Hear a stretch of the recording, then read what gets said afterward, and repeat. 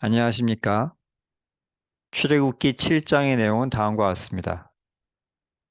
여호와께서 모세에게 이르시되 내가 명령한 바를 너는 너의 형 아론에게 말하고 그는 바로에게 말하여 이스라엘 자손을 그 땅에서 내보내게 하라 하셨습니다. 모세와 아론이 바로 앞에서 지팡이를 던지니 뱀이 되었는데 애굽 요술사들도 그같이 행했습니다. 그러나 아론의 지팡이가 그들의 지팡이를 삼켰습니다. 그러나 바로의 마음이 완악하여 그들의 말을 듣지 아니하였습니다. 이에 하나님은 바로에게 가서 말해라. 너가 내 백성 보내기를 거절하니 나일강을 피로 변하게 하겠다 하라. 내가 내 손에 지팡이로 나일강을 치면 그것이 피로 변하리라. 모세가 그대로 행하자 나일강에 고기가 죽고 그 물에서 악취가 났습니다. 본문에 대하여 세 가지를 묵상하겠습니다. 첫 번째로 본문에서 무엇을 볼 수가 있습니까? 내가 명령한 바를 말하여 이스라엘을 내보내게 하라는 것이 보입니다. 무엇을 깨닫게 됩니까? 하나님의 명령을 거부할 수 있는 존재가 세상에 없다는 것을 깨닫게 됩니다.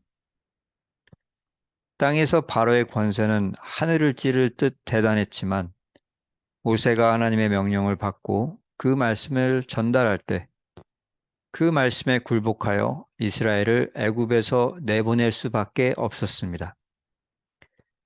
이것이 바로 이사야 43장 13절 과연 태초로부터 나는 그인이 내 손에서 건질 자가 없도다. 내가 행하리니 누가 막으리오가 성취된 예입니다. 그럼 어떻게 해야 하겠습니까? 하나님의 모든 말씀은 반드시 이루어질 것임을 알아야 하겠습니다.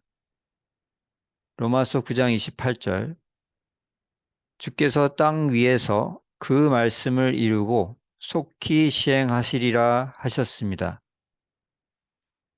하나님의 말씀은 하나님의 종들을 통해서 끊임없이 전달될 것이고 그 말씀 앞에서 어떠한 높은 것도 무너지고 굴복할 것이며 결국 하나님의 뜻이 이루어질 것입니다.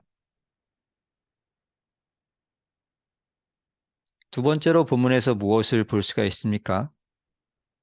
바로가 모세의 말을 듣지 아니하였습니다. 왜 듣지 않았습니까?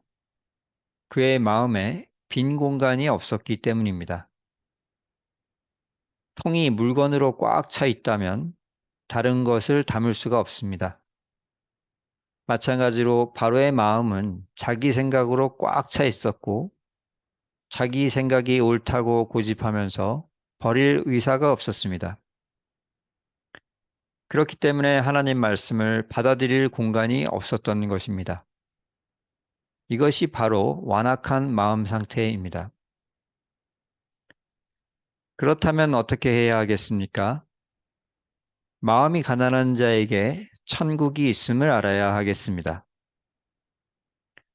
마태복음 5장 3절 심령이 가난한 자는 복이 있나니 천국이 그들의 것이미요라 하였습니다. 우리에게 하나님 말씀을 귀담아 듣는 귀가 있다면 마음이 가난하다는 증거이고 천국을 소유하고 있다는 것입니다. 세 번째로 본문에서 무엇을 볼 수가 있습니까? 내가 내 손의 지팡이로 나일강을 친다고 하셨습니다. 실제로 애굽의 하수 위로 지팡이를 폈던 자는 아론이었으나 하나님은 자신이 한다고 하셨습니다. 무엇을 깨닫게 됩니까?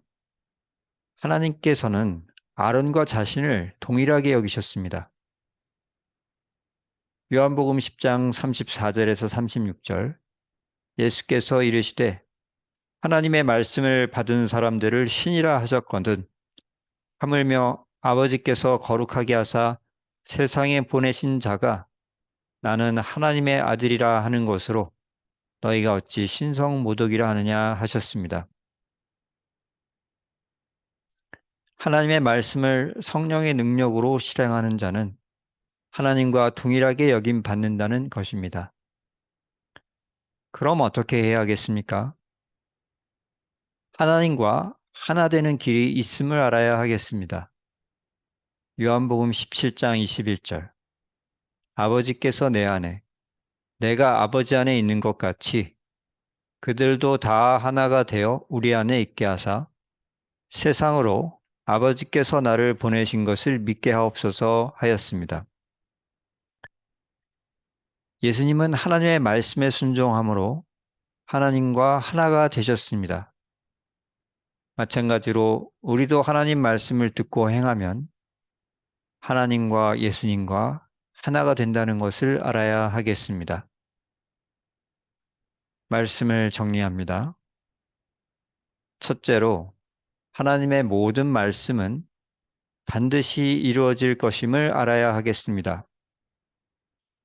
둘째로, 마음이 가난한 자에게 천국이 있다는 것을 알아야 하겠습니다. 셋째로, 하나님과 하나 되는 길이 있음을 알아야 하겠습니다. 주신 말씀에 순종하는 우리 모두가 되기를 축원합니다.